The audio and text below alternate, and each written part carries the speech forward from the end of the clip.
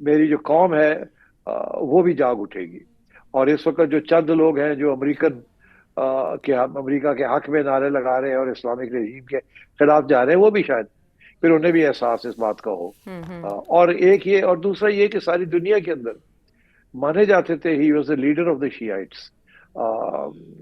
جی تو ان کا یہ شاید خیال تھا کہ اس کے ساتھ باہر بھی باقی دنیا میں بھی لوگ کھڑے ہو جائیں گے، اٹھ جائیں گے. اور یہ جو ملکی نیشنلزم ہے جی کہ جی یہ عراقی ہے یا یہ سعودی ہے یا یہ پاکستانی ہے، اس کو ٹرانسینڈ کر کے اور وہ مذہب کی طرف کھڑے ہو جائیں گے، اس کے لیے کھڑے ہو جائیں گے. تو میرا خیال ہے یہ سوچی سمجھی ان کی سیاسی سوچ تھی. تو اس لیے he did not try to hide. چھپنا چاہتے تو چھپ سکتے تھے، ایسی کیا بات تھی. جی مگر دیکھیے نا، ان کے تو اور بھی فیملی ممبرز جو ان کے ساتھ تھے اس جگہ پہ وہ بھی مارے گئے ہیں. تو وہ بھی چھپ سکتے تھے، ایسی کیا بات تھی. جی پتا تھا ان کو کہ یہ آ رہے ہیں. تو that is at least what I think. سیٹ صاحب، پچھلے سال اسرائیل نے اور امریکہ نے چن چن کے اعلیٰ قیادت کو نشانہ بنایا، جس میں ہم نے حزب اللہ اور حماس کی قیادت کو دیکھا. یحییٰ سنوار مارے گئے، اس کے علاوہ حسن نصر اللہ، اسماعیل ہنیہ، سبھی کو ٹارگٹ کیا گیا، امریکہ اور اسرائیل دونوں مل کے. تو شاید اس کے بعد ان کے ذہنوں میں یہ ہو کہ اوائڈ کرنا ممکن نہیں ہے، اور امریکی پریزیڈنٹ یہی اشارہ دیتے ہوئے دکھائی دے رہے ہیں کہ he was unable to avoid intelligence and highly sophisticated tracking system. اس کا یہ مطلب ہے کہ امریکہ یہ بتا چکا تھا، باور کرا چکا تھا کہ وہ کہیں پہ بھی ہوں گے ان کے نشانے پر ہوں گے. لیکن اس کے بعد وہ یہ کہہ رہے ہیں کہ ایرانی عوام کے پاس یہ آخری موقع ہے کہ وہ اقتدار واپس لیں، اپنے ہاتھوں میں واپس لیں. دوسری طرف ہم نے یہ دیکھا کہ وہاں پر جو اب جانشین قیادت سامنے آ رہی ہے اس میں علی لاریجانی کا نام سر فہرست ہے، جو کہ لائلسٹ میں شمار ہوتے ہیں آیت اللہ خمینئی کے. آپ کیا سمجھتے ہیں کہ اب اس کے بعد کیا پریگمیٹزم کی طرف، عملیت پسندی کی طرف قیادت جائے گی، یا مزید شدت پسندی میں اضافہ ہوگا، جیسے کہ کہا جا رہا ہے اور آپ بھی کہہ رہے ہیں کہ یہ تو چنگاری ہے، اس سے تو مزید شعلے بھڑکیں گے پوری دنیا میں اس شہادت کے بعد؟ میرا خیال ہے کہ امریکہ کا یہ خیال تھا کہ ان کو شہید کرنے سے عوام کھڑی ہو جائے گی امریکہ کے حق میں، کیونکہ ایرانی عوام جو ہے وہ اسلامک رژیم سے کافی اب دور ہو چکی ہے، پسند نہیں کرتی. اور تو ان کے لیے راستہ کھل جائے گا. یہ صرف امریکہ کا نہیں، اور بھی لوگوں کا یہ خیال تھا. میں بھی یقین کریں، میں بھی ایک وقت تھوڑا سا شکی ہو گیا تھا کہ پتہ نہیں اب ایران کی عوام کا کیا رویہ ہوگا، کیا نہیں ہوگا. مگر جس طریقے سے پھر جب میں سوچتا ہوں تو میں یہ سوچتا ہوں کہ یہ اپنی عوام کو ہمارے سے بہتر سمجھتے ہیں. اور ویسے ہی ہوا کہ اب جو آلٹرنیٹیو لیڈرشپ ہے وہ بالکل کیپیٹولیٹ کرے گی نہیں، وہ بالکل پریگمیٹزم کی طرف نہیں جائے گی جیسے آپ کہہ رہی ہیں پریگمیٹزم، یا امریکہ سمجھتا ہے کہ وہ تیار ہو جائیں گے بات چیت کرنے کے لیے. نو. میرا خیال ہے یہ سارے فیصلے پہلے ہو چکے تھے اور وہ بڑے بالکل تکڑے ہیں، ریولیوشنری گارڈز تکڑے ہیں. جو نئی قیادت ہے جو بھی ہے وہ بالکل پکی ہے اور یہ جنگ جاری رہے گی. اور یہ ساری سوچی سمجھی سینٹرل ہائی کمانڈ کا یہ فیصلہ تھا، اور اسی لیے میرا خیال ہے خامنہئی صاحب نے اپنی شہادت ڈیلیبریٹلی دی ہے. باقی یہ کہ جی امریکہ کو پتا تھا کہ نہیں پتا تھا، کیسے کر سکتے تھے، نہیں کر سکتے تھے. ضرور یہ بھی سوچتے ہوں گے کہ میں کب تک چھپا رہوں گا. ہمارے اندر ایسے لوگ ہیں جو بک گئے ہیں جیسے پہلے ہمیں پتا چلا. تو بہتر یہ ہے کہ چھاتی کھول کے سامنے آئیں اور کھڑے رہیں، اور پھر اگر گرنا ہی ہے تو سامنے گریں. تو میرا خیال ہے اس قسم کی سوچ تھی. اب کیا سمجھتے ہیں آپ کہ اب امریکہ کیا چاہ رہا ہوگا یا عملی طور پر کیا کرے گا؟ کیونکہ یہ سامنے آ رہے ہیں خدشات کہ ابھی امریکی بمباری جاری رہے گی، اور خبریں بھی ایسی آ رہی ہیں کہ ایرانی بحری جہاز کو بھی نشانہ بنایا گیا ہے گلف آف عمان میں. دوسری طرف اسرائیل بھی کہہ رہا ہے کہ اس نے اپنے حملے جاری رکھے ہوئے ہیں، اور ایران کی طرف سے بھی ملٹیپل ٹارگٹس کو ہٹ کرنے کا سلسلہ جاری ہے. سو یہ تصادم کب تک جاری رہے گا؟ کون سے اور اہداف ہیں جو امریکہ اب حاصل کرنا چاہتا ہے کچھ دن میں؟ نہیں، امریکہ تو ہر روز 300 400 سوٹیز جسے کہتے ہیں وہ کرے گا. اور اسرائیل، ان کا تو کوئی ارادہ نہیں ہے. ان کو وہ تو چاہتے ہیں کہ جلدی ختم ہو جائے، مگر یہ جلدی ختم نہیں ہونا. کل کے پروگرام میں نے سوال پوچھا تھا. میں نے یہ پوچھا تھا کہ ابھی ایسے لگتا ہے کہ امریکہ تو پوری جتنا بھی زور ہے ان کے اوپر وہ لگا رہے ہیں، اور مگر ایران کی طرف سے میں نے کہا کہ مجھے ایسے لگتا ہے کہ فل فلیش جواب نہیں آیا. اور اگر جواب آیا ہے تو مجھے ایسے لگتا ہے کہ اسرائیل کی طرف فوکس نہیں ہے. اس کا تھوڑا بہت فوکس جو ہے وہ امریکن بیسز اس ریجن کے اندر 7-8 جو ملک ہیں ان جی. کے اوپر ہے, انکلوڈنگ یو اے ای.